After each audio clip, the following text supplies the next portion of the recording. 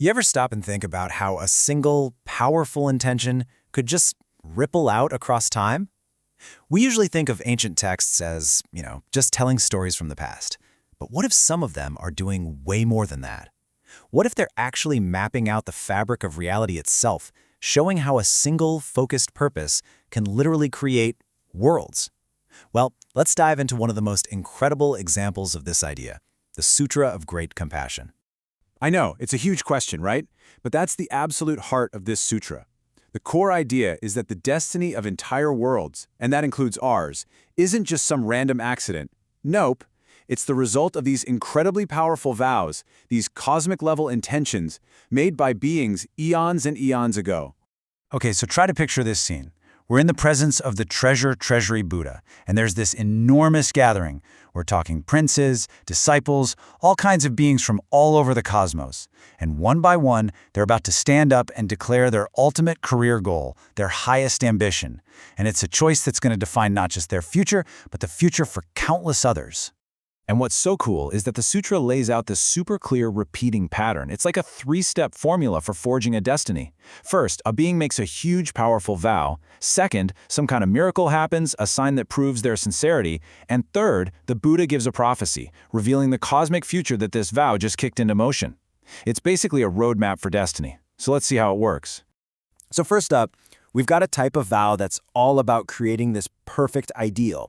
It's the desire to build a perfect environment, a world completely free from suffering, where it's just easy for everyone to find their way to enlightenment. So let's meet the 10th prince.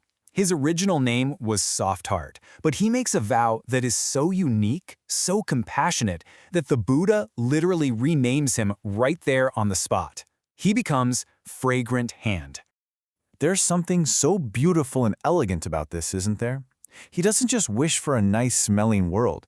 He wishes for the beings in that world to have a constant physical reminder of purity and goodness right in their own hands. It's all about creating the perfect conditions for spiritual growth. And bam! The second he makes this vow, the universe just responds. A rain of these beautiful, fragrant champaka flowers starts falling all around them. That's step 2 right there, the miraculous sign, confirming the power of his intention. The Buddha then gives the prophecy. He will become the golden flower Buddha in a perfect world called sublime joy. So what this is what's known as a Pure Land vow. The best way to think about it is like a master teacher who doesn't just vow to teach, but vows to build the most amazing, perfectly equipped, and supportive school you could ever imagine. A place where every single student is guaranteed to succeed. It's a really powerful form of compassion. But it's not the only kind. Which, of course, brings up a really interesting question. What if, instead of creating a perfect world, your goal was to dive headfirst into the most difficult, messed up world imaginable? And that brings us to this leader of a group of disciples, a bodhisattva named Vayuvishnu. When it's his turn, he makes a vow that just seems to fly in the face of everything we just heard. It is a truly shocking choice. He basically stands up and says, forget the perfect world. I want the one that's filled with conflict, delusion, and suffering. I want to go where the need is greatest, to help the beings who are the most lost, the most confused. He is literally choosing the toughest assignment possible. Now, his teacher explains that this isn't some pessimistic, downer choice. Far from it. This is the ultimate expression of what's called great compassion, or Mahakaruna. Think of it like a firefighter who doesn't just spray water from a distance. This is the firefighter who chooses to run straight into the most dangerous blazing building to rescue the people who are trapped deep inside. So there you have it, the two major paths laid out side by side. On one hand, you've got the architect designing a perfect haven. On the other, you've got the rescuer, venturing right into the heart of chaos. And what the sutra shows us is that both of these paths, as different as they seem, are born from the exact same place, an immense, powerful compassion for all living things. Okay, and this is where the whole thing gets incredibly personal. Because some of these bodhisattvas didn't just make vows for some far-off abstract world. No, they made vows specifically for our world, during our cosmic era. So, according to this text, we're living in an era called the Wise Kalpa, in a world named Saha. And that name, Saha, is really telling. It means endurance. Why? Because it's a world where beings like us have to endure all sorts of suffering. Greed, anger, ignorance, you name it. But here's the amazing part. It's also prophesied to be an incredibly fortunate era, one that will be blessed by the appearance of 1,000 Buddhas. And this timeline really puts the mind-boggling scale of it all into perspective. The sutra isn't just talking about one Buddha, it's mapping out a whole lineage for our world.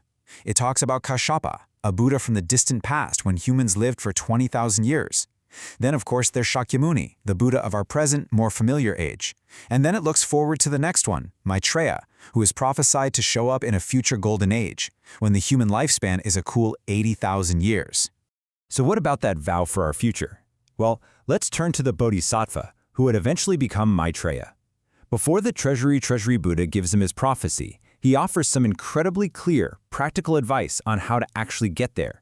It's like a timeless guide to walking this path.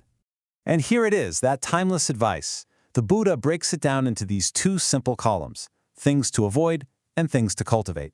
Basically, he says, look, don't get sidetracked by unethical actions or hanging out with selfish people or giving with strings attached. And most importantly, avoid making vows that are just about you. Instead, he says, flip all of that around. Uphold your principles. Find friends who share your big, compassionate goals. Give freely without expecting anything back, and make your ultimate vow for the benefit of all beings. It's such a clear-cut manual for heroic intention. So after all these stories, these cosmic career choices, and incredible prophecies, what does it all really tell us? Well, it reveals the profound, absolutely central role of our own intention. So let's wrap up what we've really learned here. First off, the path to making a real difference is definitely not one size fits all. You can be the architect of a perfect world, or you can be the rescuer in a broken one. But the crucial part is that both of those paths spring from the exact same root, this deep, profound compassion. And maybe the biggest takeaway of all is that this isn't just some ancient story. The sutra places our own world, our reality, right smack in the middle of this grand, cosmic narrative of intention. At the end of the day, the message from this sutra is a powerful one. It suggests that the reality we're all living in right now is not an accident. It's the direct result of focused, heartfelt, compassionate vows made by countless individuals over unimaginable stretches of time. Our world, it was built on purpose. And that kind of brings the whole question right back to us, doesn't it? In the spirit of all those princes and disciples standing there before the Buddha, what would your choice be? If you could make just one vow, one single intention to help shape a better future, what would it be?